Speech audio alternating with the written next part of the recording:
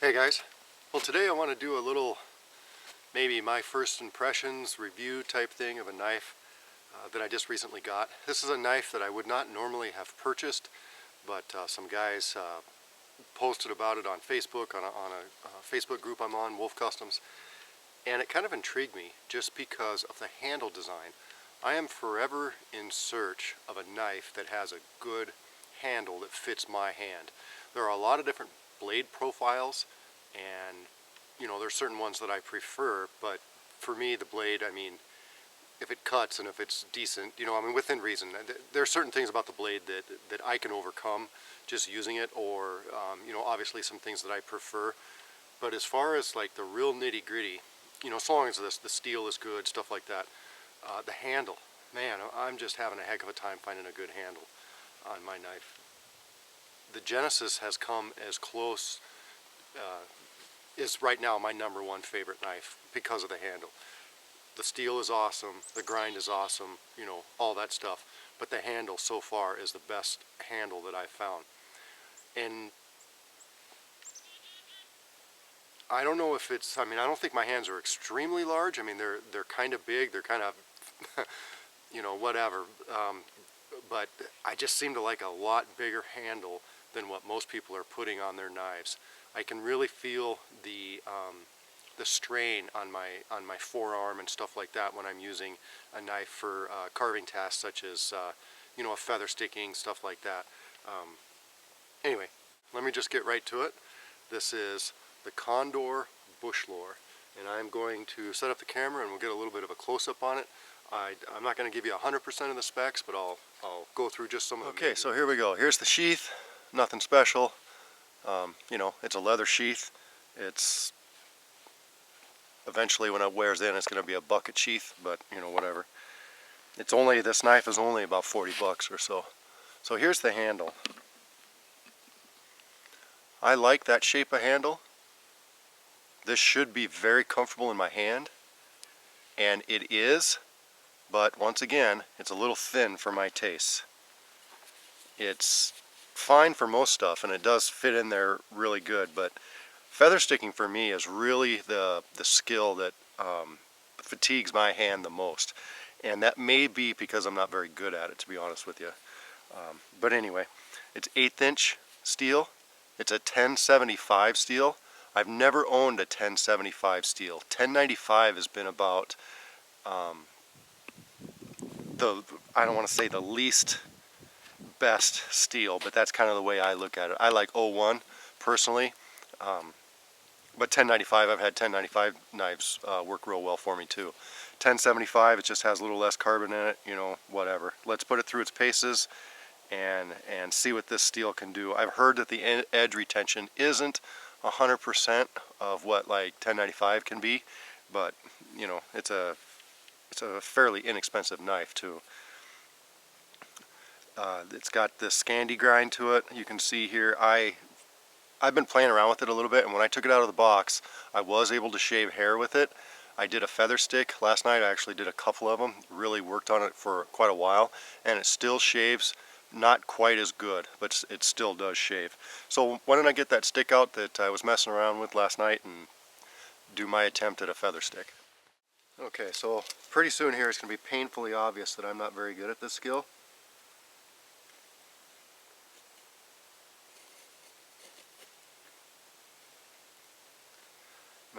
My curls always seem to want to leave the piece of wood, but just doing this, what this does is it helps me, like I said before, find out if I like this handle or not. It obviously helps me kind of check on the blade and stuff like that too, but it mostly helps me with my handle. So I'm going to mess with this for just a little bit and kind of see how my hand and my arm feels after doing this. Now this is a little bit of an awkward position because I'm not able to use my other hand, so I gotta make do with what I got. So let's make this feather stick as poor as it's gonna be, and I'll try to make a fire with it. See if that's another thing that I kind of like to do too, which most knives will do. but I want to see how good it strikes a ferro rod, you know, just that's not 100% going to make or break a knife, but I do use my back of my knife a lot for ferro rods, so.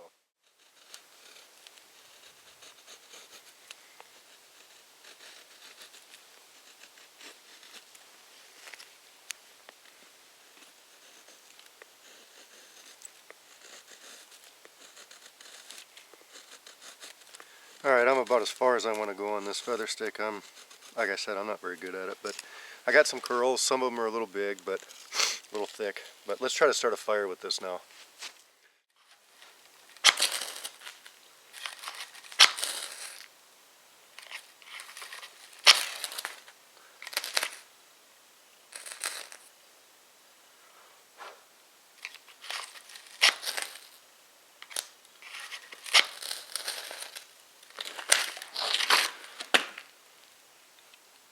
My curls were a little too big there to make a nice fire. Put her out. That's a soft ferro rod. Let's try a harder one. And then I'll do a better striking technique too.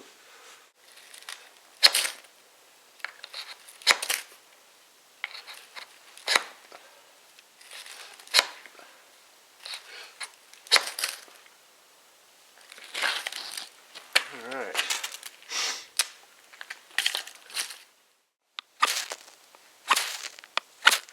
So it's poor technique, but you can see that if you had proper technique, it throws sparks.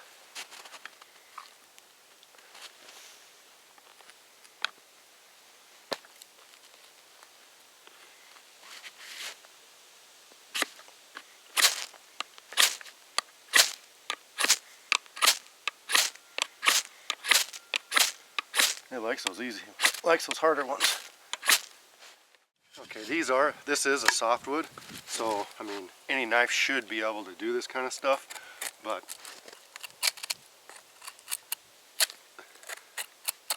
for a harder, rougher use, you know, it's pulling chunks off this piece of wood pretty good.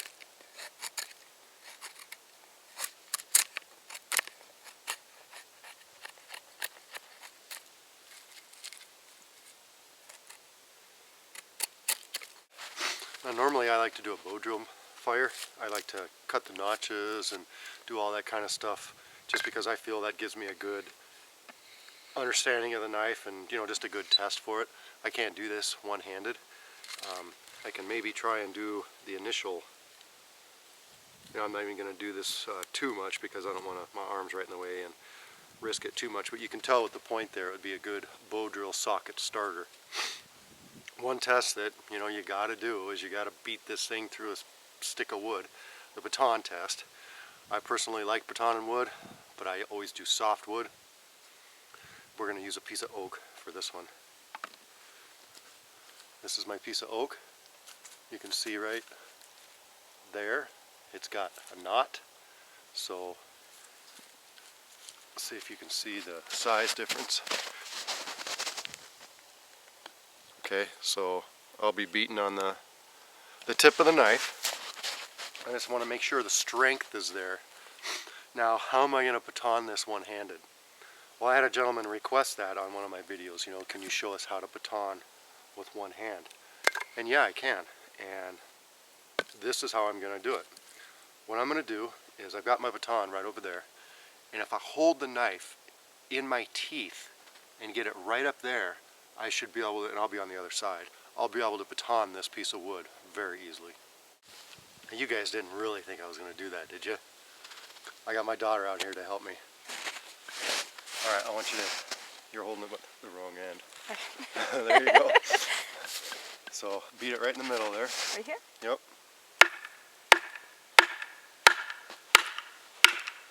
Okay, just a tiny bit about right there and don't hit my hand.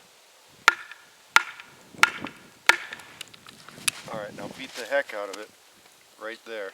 Okay.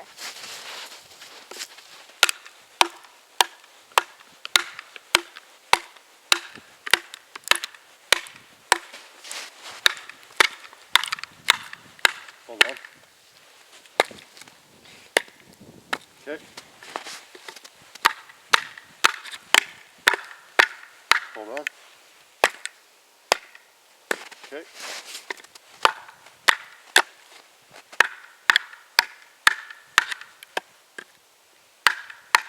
What's the matter? You can't hit a moving target? Hang on a second. We're right at that knot. I don't know if you guys can see that. We're right at this knot. But it's been doing a pretty good job so far. If I was able to keep the darn thing straight. Alright, go ahead. Oops, sorry. Okay, hold on.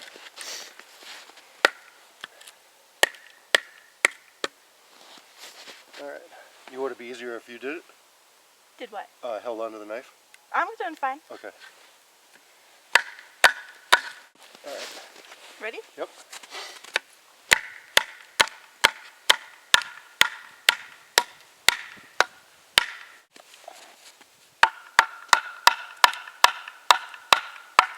We're getting it. We're past the knot almost.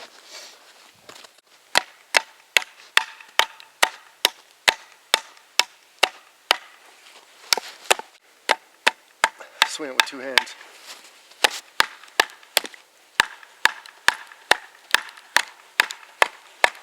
Okay.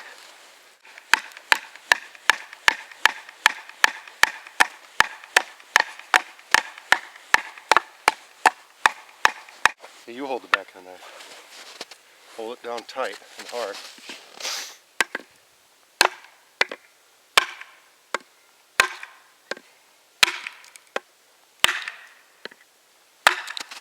There. Why in the world would somebody do that to a knife?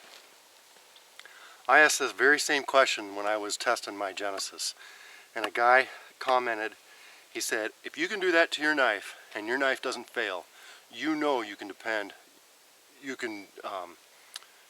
make it so your life depends on this knife. In other words, this knife is not going to fail.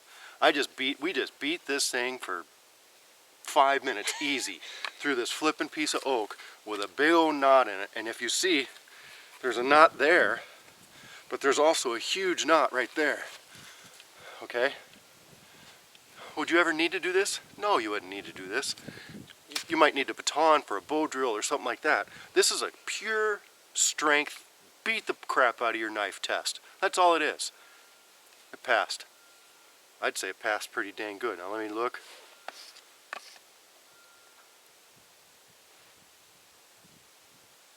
I don't see anything at all with this blade. No markings. Well, I take that back. Of course there's markings on it, but I mean no chips, no rolled edges, no nothing. Alright, there's one other test I want to try with this. And does it make it a good or bad knife? No, it doesn't.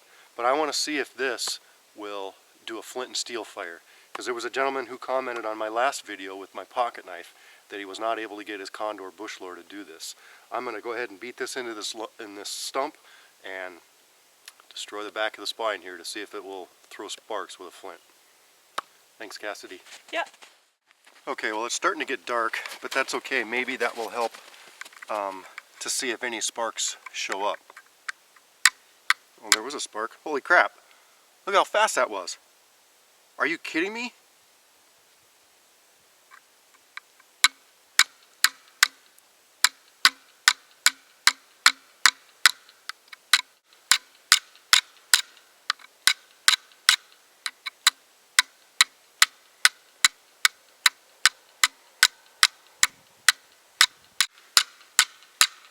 There we go. Well, that's good enough for me. It did it twice.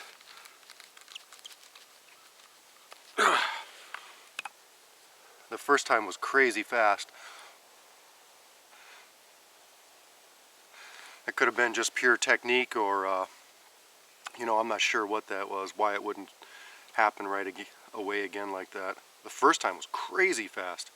Anyway, that's pretty cool. Now let's go check out and see how sharp this knife is after, like I said, I did some feather sticking last night. I did some tonight. We beat the living crap out of it through a piece of oak.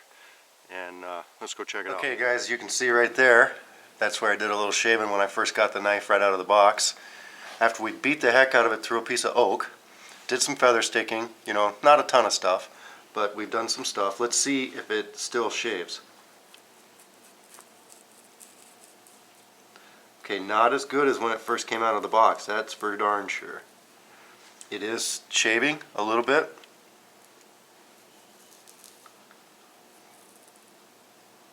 But I could see where edge retention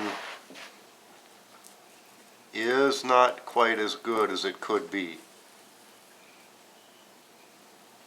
But, you know, we have put it through some pretty good tests.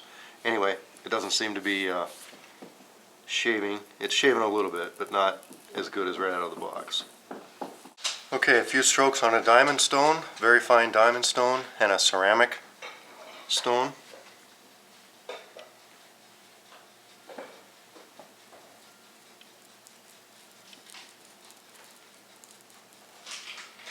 So, you know, it shaves. It's back to shaving sharp. See all the nasty leg hair on there.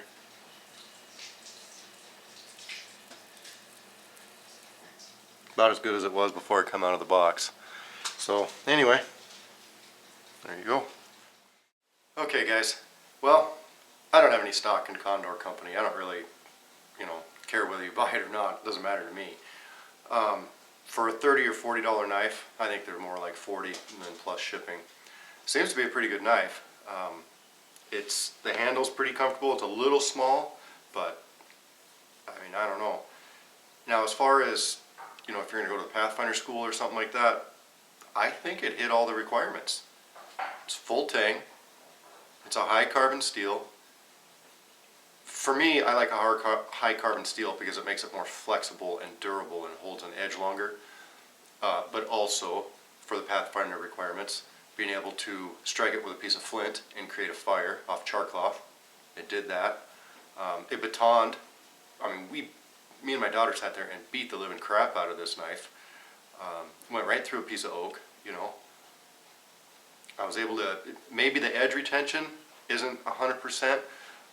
With this bad hand, I'm not able to sharpen my knives as good as I could. So that's maybe just a tiny bit of a question. But still, I mean, let's just say it did a lot before I had to touch it up with a stone. And it was still very usable edge. It's just that it wasn't exactly shaving sharp. So, I don't know. This Condor Bushlore seems to be a decent knife, for sure. Alright guys, hope you liked the video. I'm just kind of checking it out. I mean, it's definitely I would not be afraid to beat on this knife. Like sometimes people get leery about beating on your, you know, $200 knife or whatever, however much you spend on it. I don't have a problem with that at all on this one, and it performed as well as my other knives, that's for sure. Alright guys, hope you liked the video. Take care.